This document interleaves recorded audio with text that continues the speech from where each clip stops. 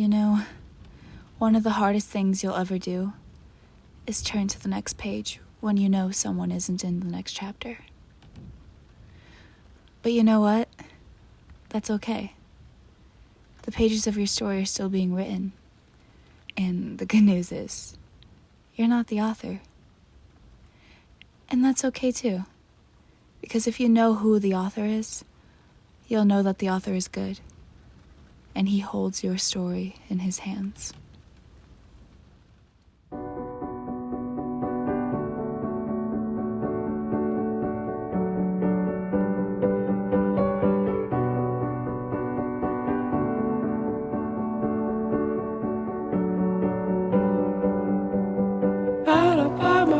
So hard to love my mind, but not the way that I do love you. Well, holy moly, me oh my, you're the apple of my eye. Girl, I've never loved one like you. And oh my, you're my best friend. I scream into the nothingness. There ain't nothing that I need. Well, hot and heavy pumpkin pie, chocolate candy, Jesus Christ. Ain't nothing pleased me more than you. Oh, let me come home. Home is wherever I'm with you. Oh, let me come home. Home is wherever I'm with you.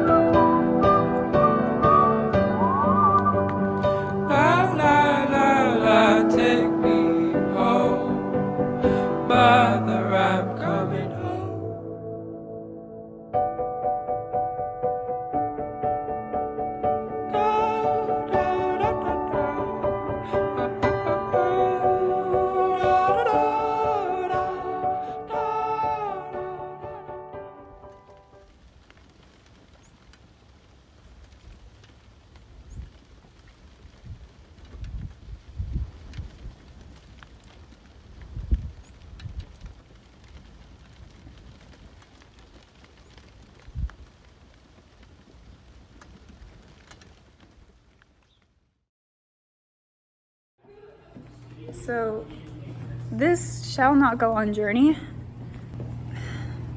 I don't know, maybe this video will have some importance in the future. It's October 19th. I am at my school, Greenleaf Friends Academy. There's a piano right here.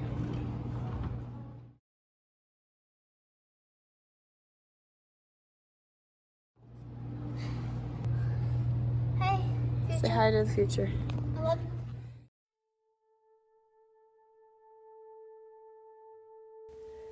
Episode 4 didn't go exactly how I planned it. You know, which is funny, because I pretty much have been planning it since the end of summer when I found out that I was returning to Greenleaf. But I guess that's a perfect example of how our plans don't always quite line up with God's. My story keeps taking unexpected twists and turns. I then find myself confused and lost. But that's because I'm still trying to control the plot myself. The thing is, I'm not the author. So of course I'm a little confused on why this happened, or why I lost this, or why this person left. But isn't that the fun of reading a well-written book? The excitement that uncertainty builds in you when you reach a cliffhanger? Sure, it's also a little frustrating, because you just want to know what's next, but that's exactly what keeps you going on to the next chapter, isn't it? So then, how come the plot twists in our personal lives don't motivate us to keep going forward? How come when we hit a cliffhanger, we want to give up? We read our books and watch our favorite characters fall apart, but we think it's all going to be okay because we trust the author of the book. So, if we can't have peace when we reach a cliffhanger in our own lives, are we really trusting God? He's the author of our lives, the good author. Shouldn't we be able to trust him?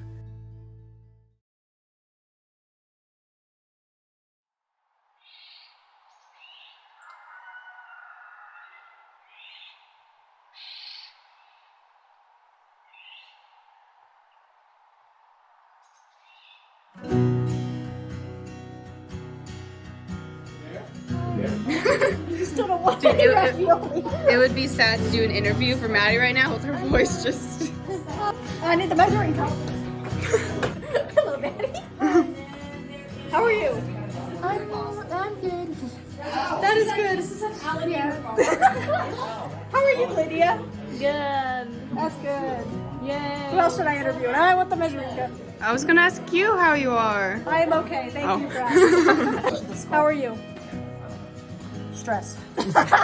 Sam, how are you? Blast. Hashtag blast. I'm just kidding. Lucas. Me. Huh? Emma. I'm tired. All right. Genius and firm. This is great. Lydia, how are you? Yay. Hagen. How are you? No, I'm not doing Jaden, how are you? No paparazzi. I'm doing wonderful. Not really. Lie to the camera. Makes you look good. Beautiful. Bridget, how are you? Okay. Okay, that's all I need.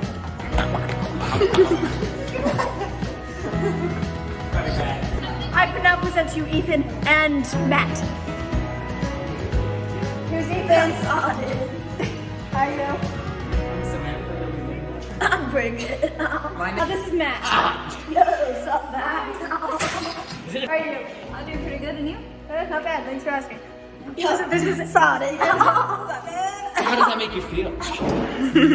This is Jaden. How are you, sir? I'm good, how are you? I am not bad. What are you doing this fine day?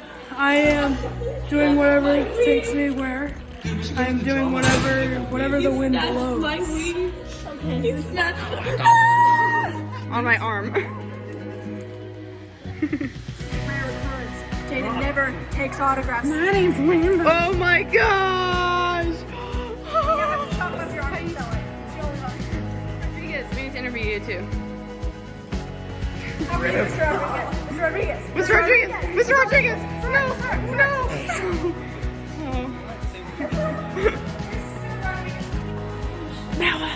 No! No! Noah! How are you, sir?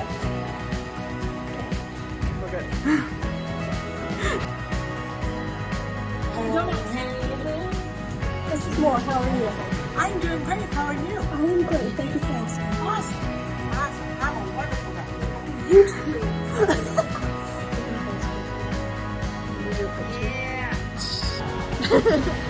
Cheers.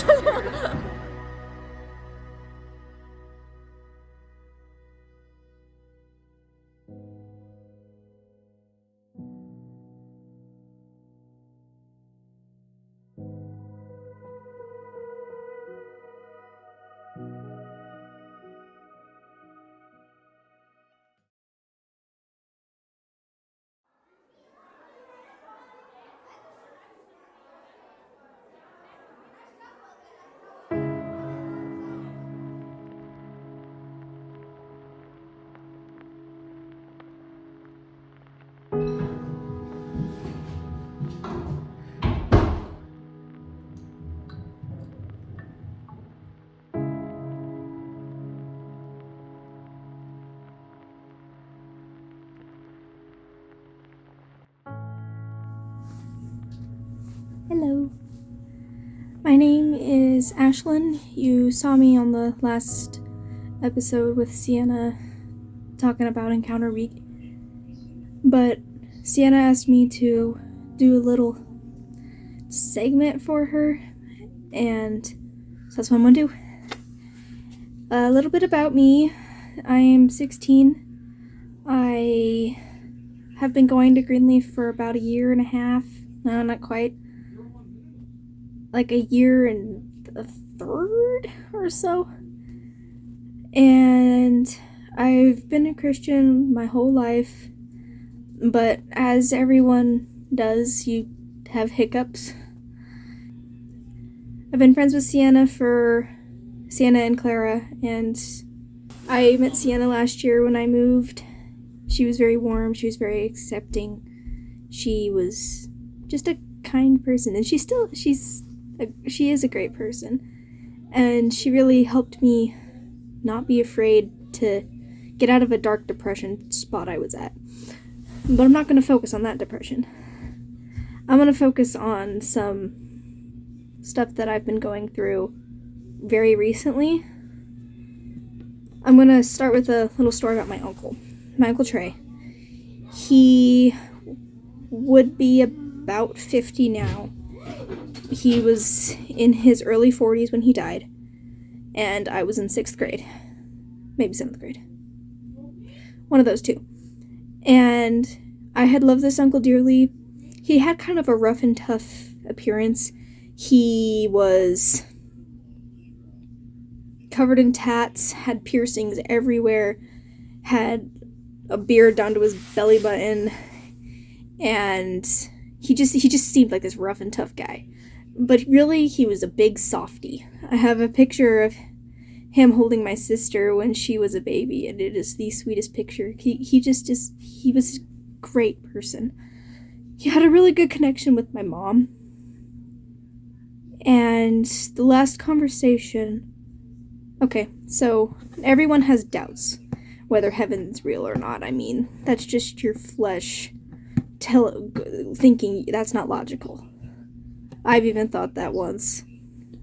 But these two stories I'm telling you are really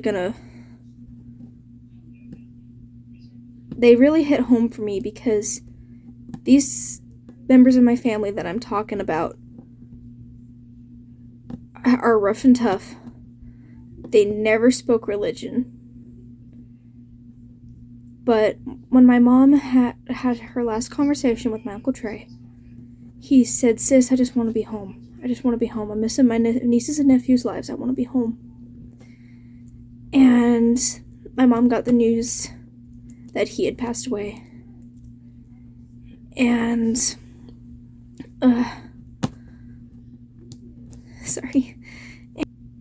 My mom said that when she got that news, she was on her knees, she was sobbing, like, bad. And she said that, because she was thinking about their last conversation, "I just want to be home, sis." My mom was sobbing, and she heard, "I am home, sis." A man that never talked about religion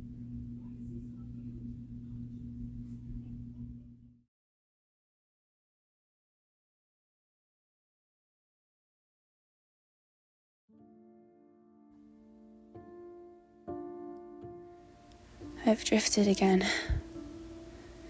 And this time, I have no motivation to even look for the growth in this season.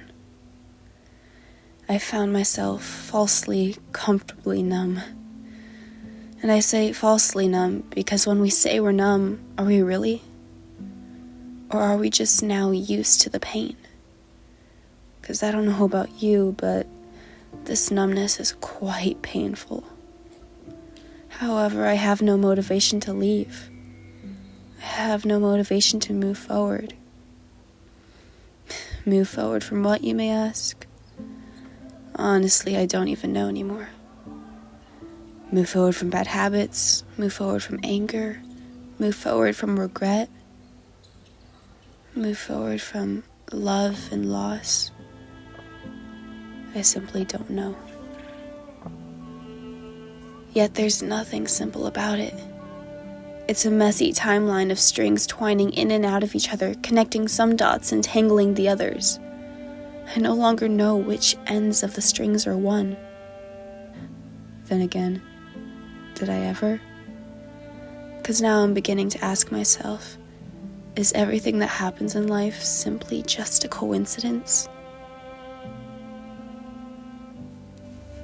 What happened to the "I don't believe in coincidences" Sienna? I've heard some things that made me question that motto. Please don't be a new person. I'm not. You're acting like it. I gotta go.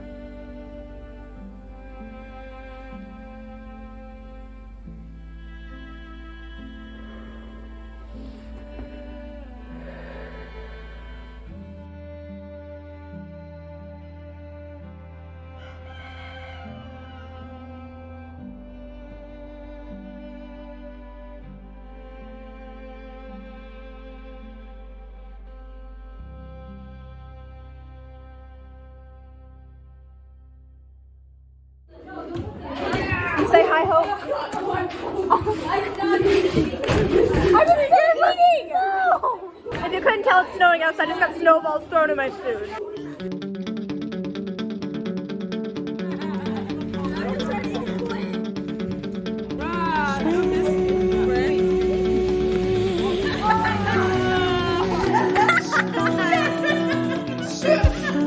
She looks so derpy. I love it.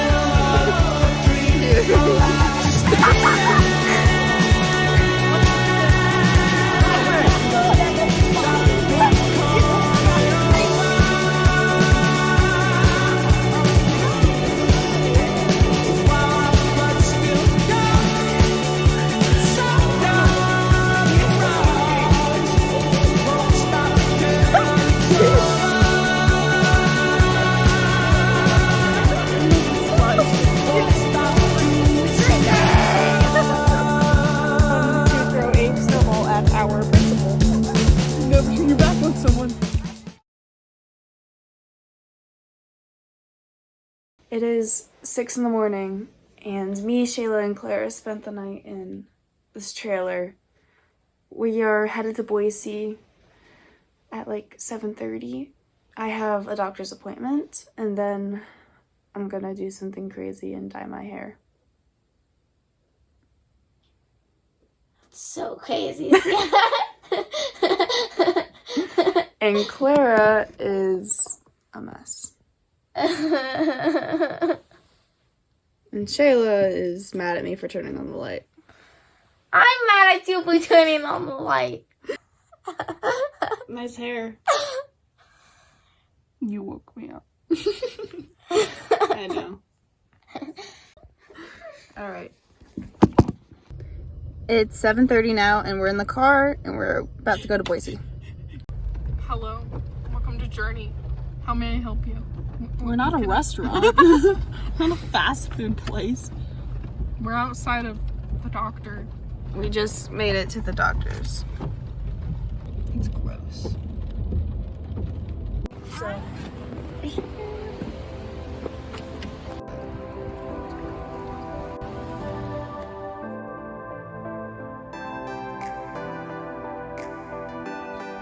We're out. Off to get my hair dyed. Featuring Mother Skye. Stanky leg over there. Quick Walmart detour. Hello. Who stole Walmart? They took Walmart.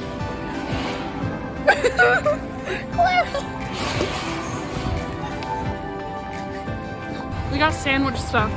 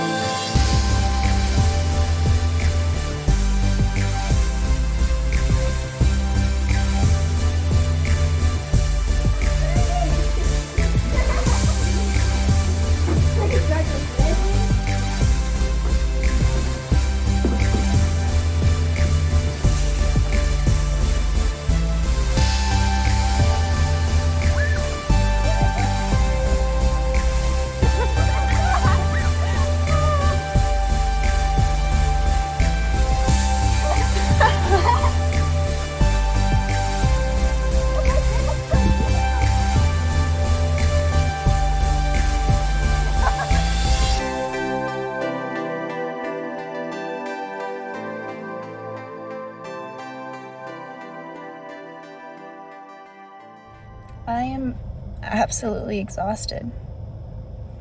It's been a really rough season.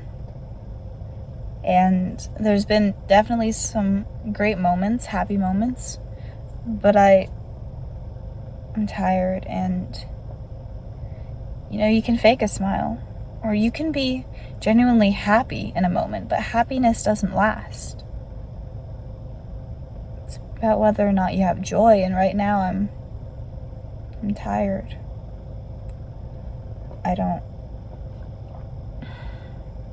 have that peace that I did before. And I don't know, maybe it's the winter season, seasonal depression. But I know a huge part of it is the fact that I've drifted again. A lot. And I don't like it at all. I really don't.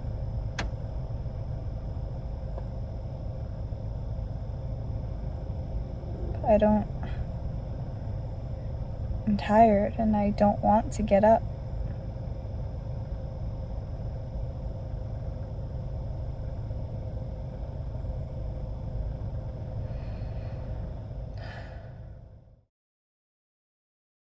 This next story, I'm going to talk about my grandfather. Same scenario, that's where my uncle got his rough and tough attitude, you could say. My grandpa had this really low, raspy voice. He was this big, burly man. He talked to people, and he loved my grandma dearly, but he never talked about religion. I didn't even know if he was a Christian or not. I just was kind of like, yeah, it's grandpa. But just recently, he's always had breathing problems, and then when he went into the hospital because he got low, his oxygen level was at like 50% or something like that. So they took him to the hospital, and then he got COVID at the hospital. And that eventually got to him. But they allowed him to come home before he died, so he could be with my grandma. And I had taken the day off of school. Okay, night before, we had just gotten done with our volleyball tournament, and we won districts, we were super excited. And my mom says we need to go because Grandpa's home, and I immediately knew that was going to be the last time I saw him. And I told Grandpa how my tournament went, and he had this huge thing over his face. I think it was called a BPAP machine. And he just grunted and let me know that I was being heard. And before I left, I gave him a big hug. Told him I loved him. That was the last time I saw him. And the next day, I had taken the day off of school because he was still with us and my mom wanted to be there. And we were about ready to go inside my grandparents' house. And my aunt stopped me and Presley at the door and said, "He's not doing good. I do not want you kids here."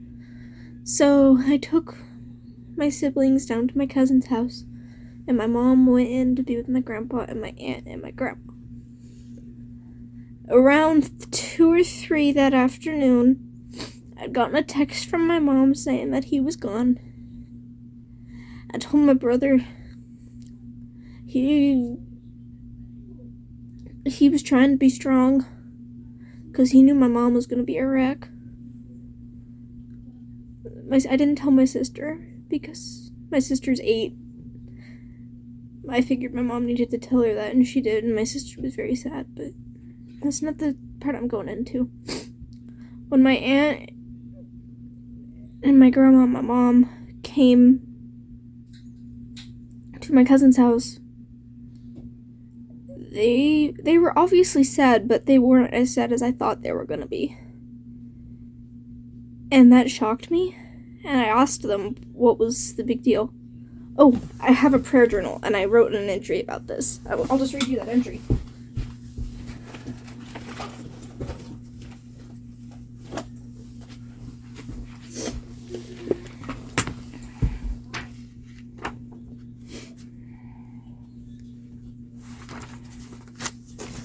Okay. It says, Grandpa is gone. Praise my Aunt Sam for taking care of him. My aunt and my mom just got back from their house, and they brought great news with them.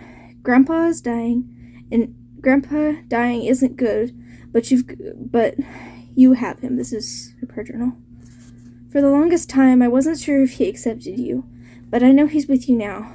Mom and Aunt Sam said that his last words were, "It's so beautiful. He saw the gates of heaven. He saw your house before him. I'm so grateful that he has accepted you. I'll miss him for sure, but now I am reassured that everything will be okay. I know that now. Thank you."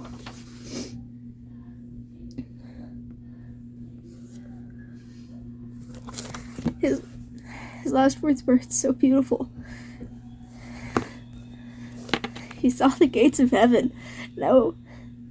Big, burly, white, bearded man that I never knew, believed or not, saw the gates of heaven. If that doesn't, leave it to my grandpa to teach my family something with his dying words. It's not a good thing that these people have died. I love them both dearly. But the fact that God has let my family know for 100% fact that he has got them, I don't know if anyone would need any more reassurance. I mean, we're people, we're always gonna doubt. But when it comes right down to it, our Father's got us in his hands. And now 2021 comes to an end, as well as this season. Season of fear, season of doubt, trial. You fill in the blank. All I know is that no matter what season it is, it's still a season of growth. And despair holds me for ransom. I will feel no fear. I know that you are near. When I'm caught deep in the valley, with chaos for my calming, I'll find my comfort here. 'Cause I know that you are near. My help comes from you. You're right here pulling me through. You carry my weakness, my sickness, my brokenness all on your shoulders. Your shoulders. My help comes from you. You are my rest, my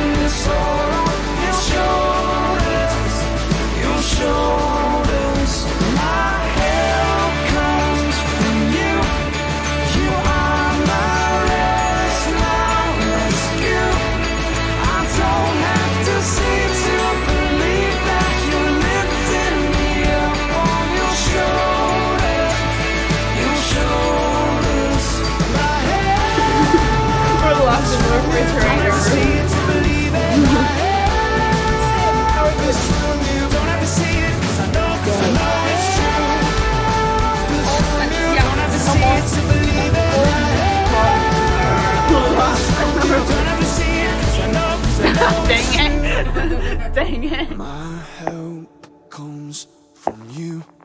You're out here pulling me through. You carry my weakness, my sadness, my brokenness all on your shoulders. Your shoulders. Like you are my rest, my rescue. No, I don't have to see to believe that you're lifting me up on your shoulders.